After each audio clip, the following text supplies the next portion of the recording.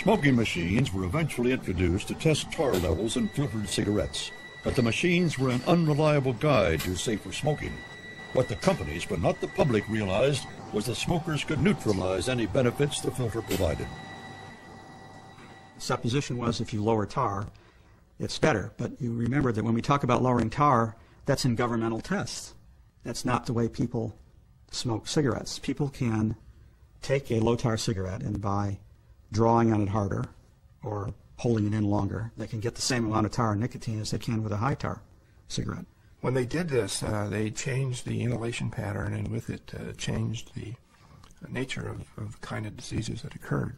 At Philip Morris, we had videos of people doing this. I mean, you can watch a person smoke a cigarette in a minute, the whole thing. I mean, just give themselves a real good dose.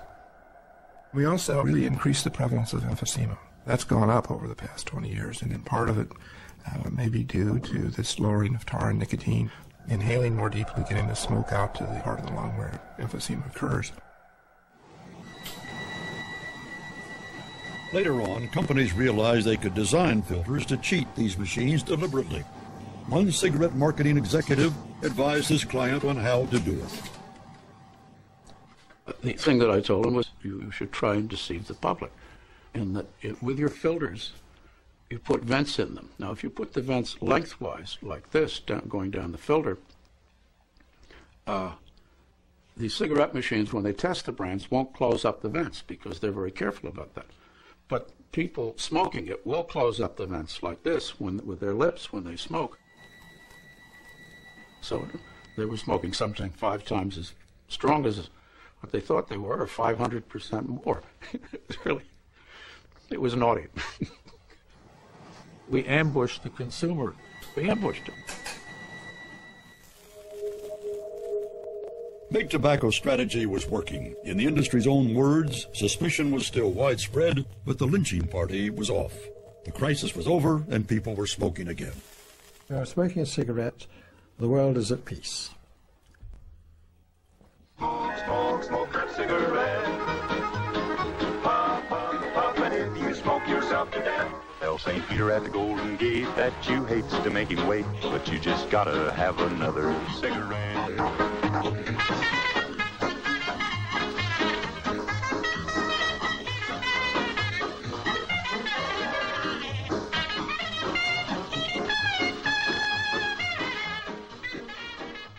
Everybody seemed to take smoking as a sort of natural pleasure.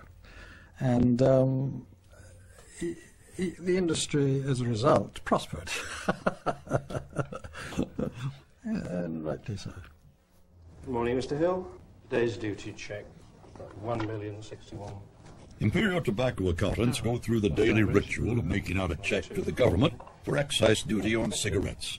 By the mid-1950s, this tobacco revenue was paying for much of Britain's welfare state. The tobacco industry was a very important and very cheap way of raising government revenue. We used to sign a cheque for over £1 million a day. You know, as the tobacco came in, you couldn't actually clear it until the cheque had gone to the customs. So we were an enormous source of revenue. They were very pragmatic, the Treasury. They didn't have any hang-ups about the desirability of the tobacco industry being strong and profitable. Profit light. Yes, that's what cigarettes are, according to the Medical Research Council. A press conference by the Ministry of Health had the ear of the whole country. Ashtrays liberally provided. In 1957, the British government formally accepted the link between heavy smoking and lung cancer. Publicly, the tobacco industry continued to reject any connection between smoking and health. There is need for much more research over a wide area, and in my opinion, to single out smoking as a causal agent is, on the evidence to date, completely unjustified. Well, thank you very much, sir, for your help. Well, thank you very much for letting me put our views forward. You better have a cigarette before you go ahead. Thank you. Privately, it was a different story. The industry had produced cancer in mice well before the end of the 1950s. Companies started to give code names to incriminating words like cancer, which one company dubbed Zephyr, but such research remained secret. Tobacco industry reports on their research are magnificent works of fiction. They should appear in the Booker Prize. When we put money in for research, we put research in straitjackets so that the people were limited how far they looked. And if they came beyond a certain point, which would reflect badly on the tobacco industry, it came to an end. Never, never go. The real money was going not into research, but into promotion. The cigarette is one of the most heavily promoted products of all time. If you did not advertise, then your brand died. The time, the pace, the cigarette, waits tilt. It was vital to the success of any brand. The most important thing about it was status. It gave you a place in society in some strange way. The cigarette has to have an image. When that man goes to a counter and asks a pack of cigarettes, he's already got a name in mind. You're never alone with this trend. Cigarettes were indeed a great friend. Are you a real smoker? Always have cigarettes with you. You've got to get into the mind of the smoker that he feels, this is my brand. I like it. I feel part of it. Take a Bristol.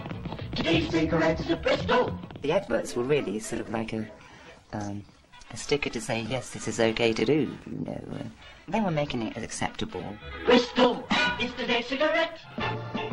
People are terribly brand loyal to their cigarettes. They almost never change. Marlboro country is... The aim of advertising is not only to sell cigarettes, it's to lull people's fears. Deceptive? Of course they're deceptive. What are they going to do? Go out and say, buy our product, it'll kill you.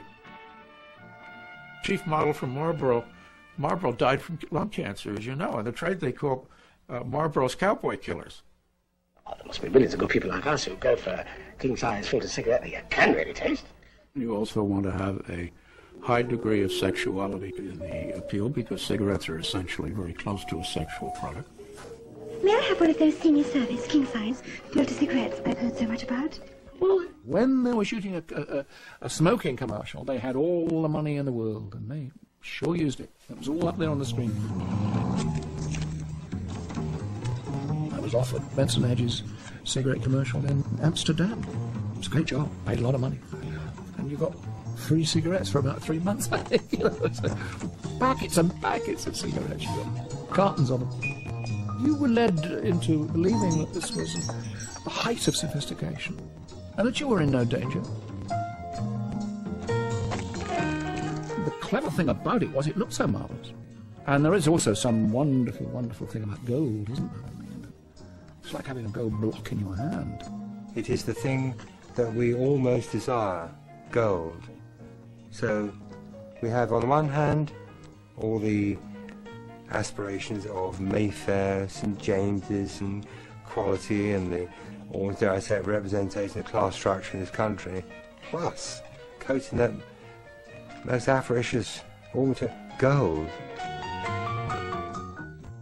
You put your pack on the bar and people thought, hey, he belongs to that group of people, or dare I say, he is one of those people, or aspires to be one of those people. Even though on both sides of the Atlantic the public seemed reassured by the industry's campaigns, politicians seemingly would have had to act eventually on the mounting evidence against cigarettes. But the industry's power base was deeply embedded within the body politic. The American tobacco leaf is built into the very design of the U.S. Capitol.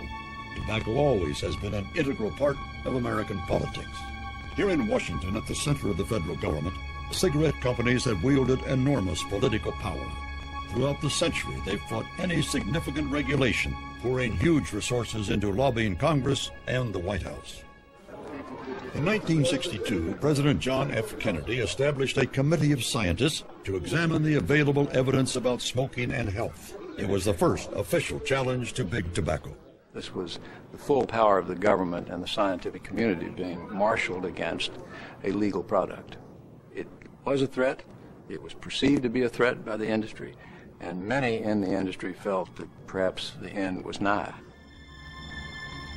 In Louisville, top industry lawyers were increasingly anxious about the outcome of the scientists' deliberations. They had their own secret research showing the addictive nature of nicotine. One of their top executives wrote confidentially, "We are in the business of selling nicotine, an addictive drug." He argued for the disclosure of such research, but his company and its parent, British American Tobacco, decided, like others in the industry, to withhold evidence from the committee. We expected the tobacco companies to share freely, since they had had an equal place at the table in selecting the committee. Their collaboration and cooperation was pledged, but it never occurred. The committee's fiercest debate was over whether nicotine was addictive or merely habit-forming, raising the question of how freely the smoker smoked. Many on the committee felt it was clearly more than a habit. I felt that this was so clearly addicting, regardless of what the definition was, that it was really quite unfair to the issue to call it just a habit. A year after we finished this report, the World Health Organization changed the definition of addiction so that nicotine fitted beautifully under it, and today it is now the most addicting substance in the world. The industry had secret ties to two committee members. One of these men wrote the chapter on addiction. The industry got its way.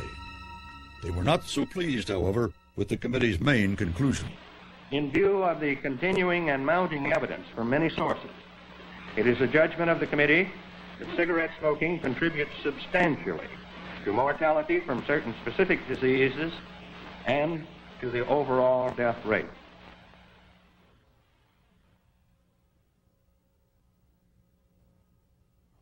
Same time next week. See you next week. It was now official, though the industry still denied it. Cigarettes were killers. But smokers at the time, like Janet Sackman, the former Lucky Strike girl, just kept on smoking. Side by side. Janet developed throat cancer. She's now teaching other throat cancer victims to speak without a voice box. Janet also has lung cancer. When I started, I had no idea that it was dangerous. They started talking about the Surgeon General's report, and even then, I didn't listen. I didn't want to hear that. I was addicted. I couldn't stop. The industry reacted to the Surgeon General's report by denying the health charges and forming a secret committee dominated by lawyers. Chief among them was David Hardy, who wanted protection for the industry.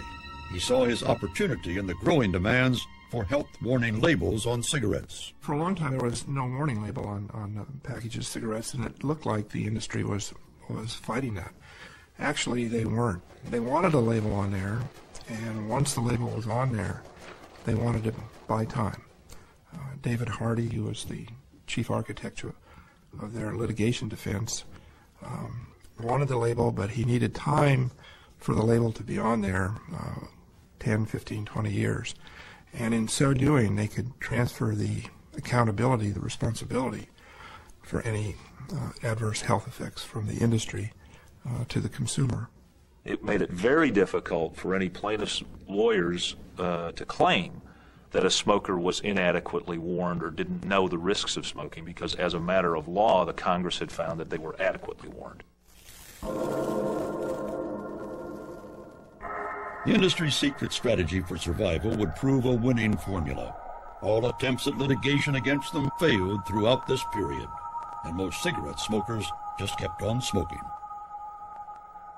This is an American epidemic that has now spread worldwide, and the mechanism of spread has been by the tobacco companies. It's an industry that somewhere stepped over a line that we trust industries not to step over, and they never went back. If there is any answer to be found, the tobacco industry wants to find it. It wants to close the gaps in information on the smoking and health controversy. With no coherent opposition challenging it yet, the cigarette industry was undoubtedly winning the tobacco wars hands down. Has anybody got a match?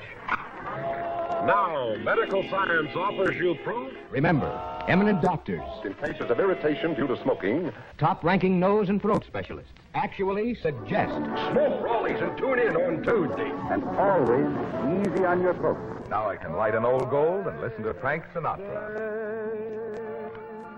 Why not smoke cools over the weekend? Give your throat a little relaxation. No other cigarette is safer to smoke.